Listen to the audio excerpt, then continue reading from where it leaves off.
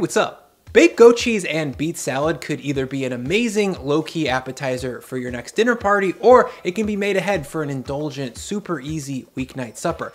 Today, I'm gonna show you how to make it. To get started, I'm gonna need some beets. I've got 4 medium ones here, and that's about a pound or so, 500 grams. To get them salad ready, I'll roast them. So in pairs, I'm gonna lay them onto a length of foil and then hit them both with a long squeezer of olive oil and then a generous grip of salt. Let's call it a tablespoon or so. From there, I'm gonna roll the beets around in that oily salt to get them well coated, and then I'll wrap them up with the foil. To help with heat transfer in the oven and to help trap some steam while they cook, I'm gonna throw on a second layer of foil and then wrap that up tightly. And once I've got 4 beets snugged up into 2 double wrapped packets like this, I'm gonna drop them into a preheated 375F 190C oven to roast for about 45 minutes to an hour. While those roast, I'm gonna get my goat cheese ready to bake. That starts with 200 grams of panko breadcrumbs and my food processor. Now I'll spin these breadcrumbs to break them down for about 30 seconds because I found that using full-size coarse panko didn't properly cover the cheese. Once the pankos are dusted up and crumbly like this, I'm gonna transfer them over to a medium bowl to hang out, and I'll set that aside, and then I'll grab my cheese. For this recipe, I'm using 2 10-ounce logs, or about 560 grams of fresh goat's milk cheese, also known as chev.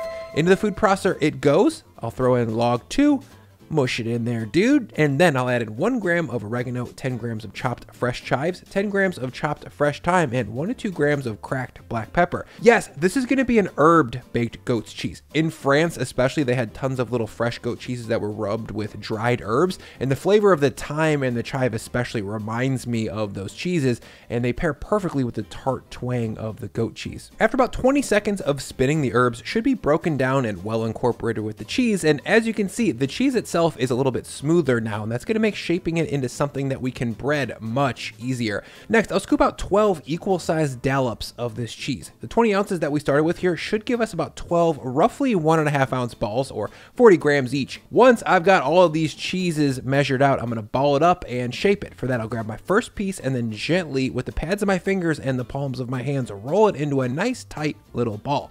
From there, I'll drop it into my panko and then toss it to coat. I want as much of the panko on there as humanly possible, so be generous and make sure that a lot of it sticks. Once it's dusted up with panko, I'll gently form it into a puck shape. This also kind of mimics those little baby goat cheeses that I saw in France, and I think it's gonna look really good on a salad. It's like a tiny, perfect little wheel of cheese. There we go. 12 pucks of goat cheese later, I'm gonna move this tray over to the freezer to firm them back up for 20 minutes while I check on my beets. It's been 50-ish minutes since these went into the oven, and they should be close to being done. The best way I know to gauge beet doneness is with a cake tester. So I'll slide it in and see how much resistance I get. Imagine the tester is your 2 front teeth. You want some bite, but you definitely don't want crunch. And texture-wise, I think they feel great, but before I peel them, they need to cool off, so I'll check back in 20 minutes. 20 minutes later, these beets have cooled down and are ready to peel, so using a damp paper towel, I'm going to do just that. The friction alone from the towel should be enough for the peels to slide right off, but if you're having trouble here, feel free to use an actual peeler. Once I've got 4 perfectly peeled beet doggies like this, I'm going to cut and marinate them for the salad. For that, I'll cut the beet in half top to bottom, and then I'll cut that half in half. I'm looking for bite-sized pieces in my salad, so once I've got these quarters, I'm going to cut them down into roughly 1/2-inch thick slices. Now, to take these beets from a bland, tender root into something fun, delicious, and vibrant, I'm going to marinate them. For that, I'll add in a good long squeezer of olive oil, let's call it 3 tablespoons or so, then a really generous pinch of salt. Don't be shy on the salt, then a bunch of black pepper, like 25 cranks, and then most importantly, acidity in the form of white balsamic vinegar. White balsamic, if you're not familiar, is a very delicious alternative to the dark syrupy stuff. It's uniquely fruity, slightly sweet, and pairs really well with root vegetables. But instead of it being cooked down for a long time and aged for a long time like the dark stuff, the grape must is barely reduced and just slightly aged. Once the beets are all tossed up with this simple marinade, I'll give them a taste to make sure they're in balance. Doug was right. Nature's candy indeed, Douglas.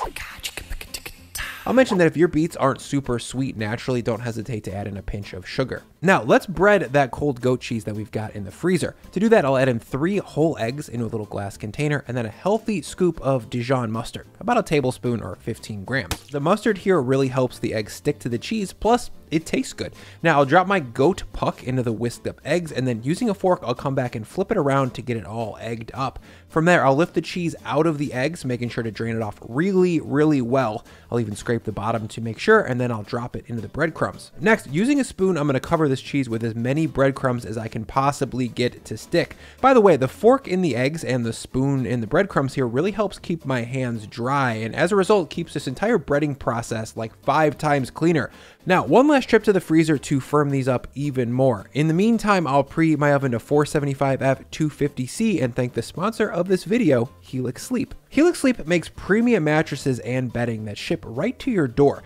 They make shopping for a mattress a lot less brutal too. On their website, you take their sleep quiz and that matches your body type and sleep preferences with a mattress that you'll actually be happy with. Based on my quiz results, Helix matched me with the Helix Dawn because I sleep on my back and I like a really firm mattress. Luckily, that's what Lauren likes too, but if you're a side guy or gal or you share the bed with a stomach person, Helix will suggest the best mattress compromise. We've been sleeping on the Dawn Luxe for the past 4 months now, and it's been such a huge upgrade from our previous mattress. The Helix Dawn is firm like we like it, and it's held its shape really well, which I definitely couldn't say for my old mattress. If you're nervous about buying a mattress that you've never slept on, that's totally fair. You can try Helix risk-free with their 100-night sleep trial, and they also throw in a 10-year warranty and offer financing options and flexible payment plans. To take the quiz and see which mattress Helix recommends for you, click below or go to helixsleep.com/Lagerstrom for up to $200 off your Helix Sleep mattress plus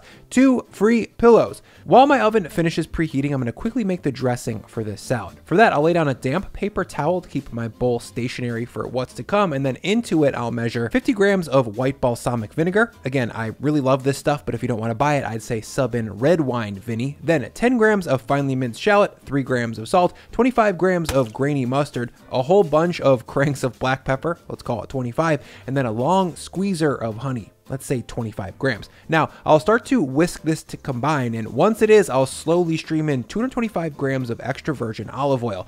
The mustard and the honey here work together to hold the oil and vinegar in what we call an emulsion. In this context, emulsion means basically just combining 2 things together that aren't normally soluble, like oil and water, for example. The whisk breaks the oil down into tiny little droplets that get held into emulsion by the mucilage in the mustard seed coat and also the viscosity of the honey.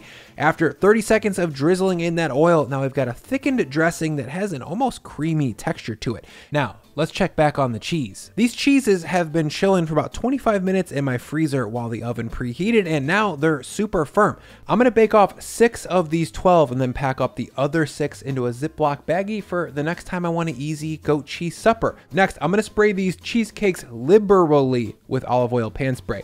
A quick note is to just make sure that there's not any weird accelerant or whatever in the can with the oil. This is literally just pressurized olive oil. You could brush it with olive oil too if you don't normally keep pan spray on hand. Either way works. All we're trying to do here is facilitate heat transfer from the hot air of the oven directly into the breadcrumbs. Now I'm going to move this little baby sheet tray into the oven to bake these cheeses for 7 to 10 minutes, depending on how cold they actually are. If they were frozen solid, I'd say move that to 11 or 12 minutes.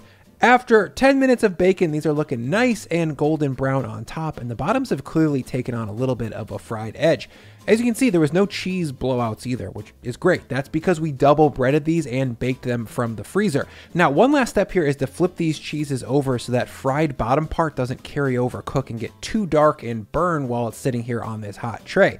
And these look delightful. They're like a crab cake, but it's made of cheese.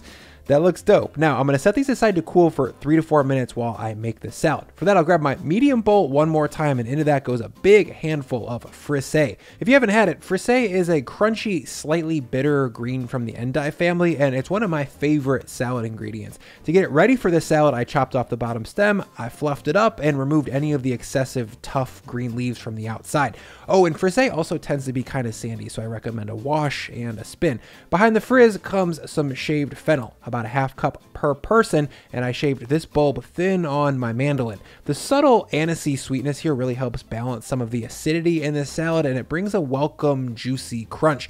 Next in is a few handfuls of chopped escarole. If you're not familiar, it's more bitter than romaine lettuce and less bitter than radicchio. You could sub in either or both of those greens if you can't find escarole. Next, I'll add in a few handfuls of mixed baby lettuces, let's say 3 to 4 cups, and then I'll add in a few pinches of fresh picked dill fronds to keep things civilized.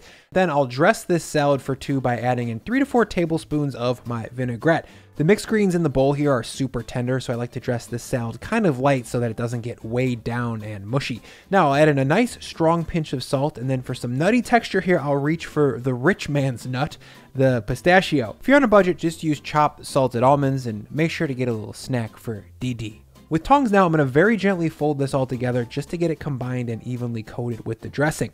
Any good tossed salad needs a little taste before plate up, and this is a little bit light, so in goes another spoonful, and I'll call that good. Now to finish this, I'll go with 8 to 10 pieces of my nicely marinated beets. We roasted enough for probably 8 salads here, so I'll keep these in the fridge and lunch on them for the next 4 to 5 days. Then a few of these baked cheeses right on top. I usually do 2, and Lauren tends to do the other 4 because Lauren loves cheese. And then finally, a few more pistachios and a little bit more dressing and a little bit more dill.